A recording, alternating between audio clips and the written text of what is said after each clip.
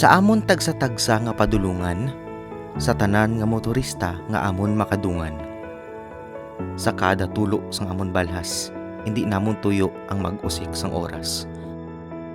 Amon ginahingyo ang dalanon nga hilway sa aksidente. Ang malinong kag mataway nga pagbiyahe. Ang komunidad nga inklusibo kag prioridad ang respeto. Ang amon kada sikad, tuyo lang mag-apresyar sining mainuswagon nga syudad. Pagbag-o sang mapadayonon nga pagmaniobra. Pagbag-o para sa mapagros nga estilo sang pagkabuhi. Pagbag-o para sa mga nagapangabudlay kag nagahimakas. Pagbag-o para sa palaabuton sang masunod nga henerasyon. Ini ang amon handom. Ang sikad sa pagbago.